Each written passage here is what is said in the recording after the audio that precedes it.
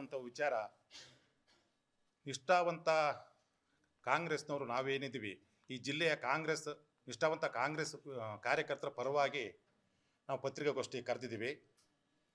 ಮಾನ್ಯ ಹಾಸನ ಜಿಲ್ಲಾ ಉಸ್ತುವಾರಿ ಸಚಿವರು, ಕರ್ನಾಟಕ ಸರ್ಕಾರದ ಸಹಕಾರ ಸಚಿವರು ಅವರ ಒಂದು ಧೋರಣೆ, ಅವರ ಉದ್ದಟತನದ ಬಗ್ಗೆ ತೀವ್ರವಾಗಿ ಖಂಡಿಸೋಕ್ಕೆ ತಮ್ಮ ಮೂಲಕ ಪತ್ರಿಕಾಗೋಷ್ಠಿನ ಮುಖಾಂತರ ಇದನ್ನು ವ್ಯಕ್ತಪಡಿಸುವಂಥ ಸಂದರ್ಭ.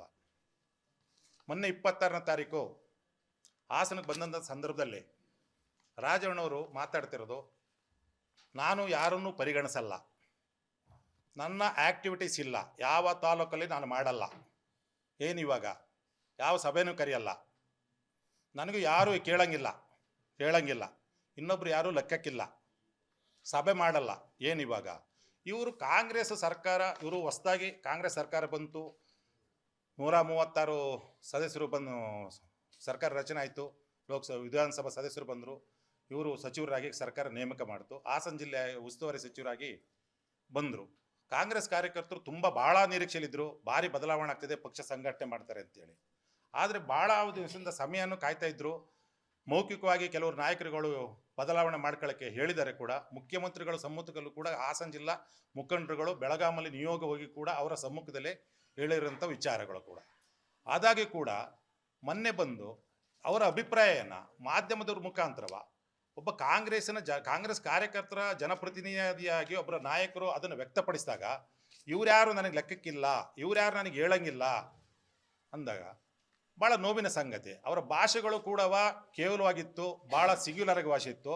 ಸರಿಸಮಾನರಾದಂಥ ಒಬ್ಬರು ರಾಜಕಾರಣಿ ಅವರು ಕೂಡ ಈ ಜಿಲ್ಲೆಯಲ್ಲಿ ಭಾಳ ಕೊಡುಗೆ ಇದ್ದಾವೆ, ಭಾಳ ನಿಷ್ಠಾವಂತ ಕಾಂಗ್ರೆಸ್ನವರು. ಅವರನ್ನು ನೀವು ಸಿಂಗ್ಯುಲರಾಗಿ ಮಾತಾಡ್ತೀರಾ ಅಂತಂದರೆ ನಿಮಗೆ ವಯಸ್ಸಿಗೆ ಬೆಲೆ ಇಲ್ವಾ?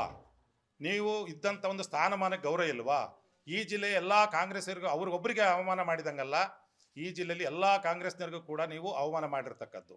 ಕರೆದಿರೋಂಥ ವಿಚಾರ, ನಿಷ್ಠಾವಂತ ಕಾಂಗ್ರೆಸ್ನವರು ನಾವೇನಿದ್ದೀವಿ ಈ ಜಿಲ್ಲೆಯ ನಿಷ್ಠಾವಂತ ಕಾಂಗ್ರೆಸ್ ಕಾರ್ಯಕರ್ತರ ಪರವಾಗಿ ನಾವು ಪತ್ರಿಕಾಗೋಷ್ಠಿ ಕರೆದಿದ್ದೀವಿ. ಮಾನ್ಯ ಹಾಸನ ಜಿಲ್ಲಾ ಉಸ್ತುವಾರಿ ಸಚಿವರು, ಕರ್ನಾಟಕ ಸರ್ಕಾರದ ಸಹಕಾರ ಸಚಿವರು ಅವರ ಒಂದು ಧೋರಣೆ, ಅವರ ಉದ್ದಟತನದ ಬಗ್ಗೆ ತೀವ್ರವಾಗಿ ಖಂಡಿಸೋಕ್ಕೆ ತಮ್ಮ ಮೂಲಕ ಪತ್ರಿಕಾಗೋಷ್ಠಿನ ಮುಖಾಂತರ ಇದನ್ನು ವ್ಯಕ್ತಪಡಿಸುವಂಥ ಸಂದರ್ಭ.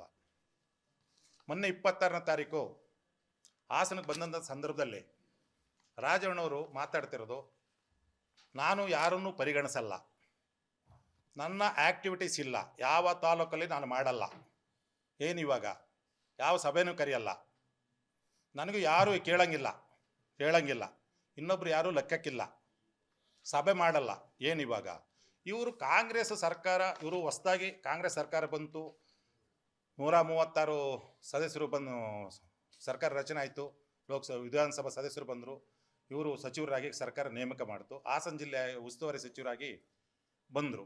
ಕಾಂಗ್ರೆಸ್ ಕಾರ್ಯಕರ್ತರು ಭಾಳ ನಿರೀಕ್ಷೆಯಲ್ಲಿದ್ದರು, ಭಾರಿ ಬದಲಾವಣೆ ಆಗ್ತಿದೆ, ಪಕ್ಷ ಸಂಘಟನೆ ಮಾಡ್ತಾರೆ ಅಂತೇಳಿ. ಆದರೆ ಭಾಳ ದಿವಸದಿಂದ ಸಮಯವನ್ನು ಕಾಯ್ತಾ ಇದ್ದರು. ಮೌಖಿಕವಾಗಿ ಕೆಲವರು ನಾಯಕರುಗಳು ಬದಲಾವಣೆ ಮಾಡ್ಕೊಳ್ಳೋಕ್ಕೆ ಹೇಳಿದ್ದಾರೆ ಕೂಡ. ಮುಖ್ಯಮಂತ್ರಿಗಳ ಸಮ್ಮುಖದಲ್ಲೂ ಕೂಡ ಹಾಸನ ಜಿಲ್ಲಾ ಮುಖಂಡರುಗಳು ಬೆಳಗಾಮಲ್ಲಿ ನಿಯೋಗ ಹೋಗಿ ಕೂಡ ಅವರ ಸಮ್ಮುಖದಲ್ಲೇ ಹೇಳಿರೋಂಥ ವಿಚಾರಗಳು ಕೂಡ.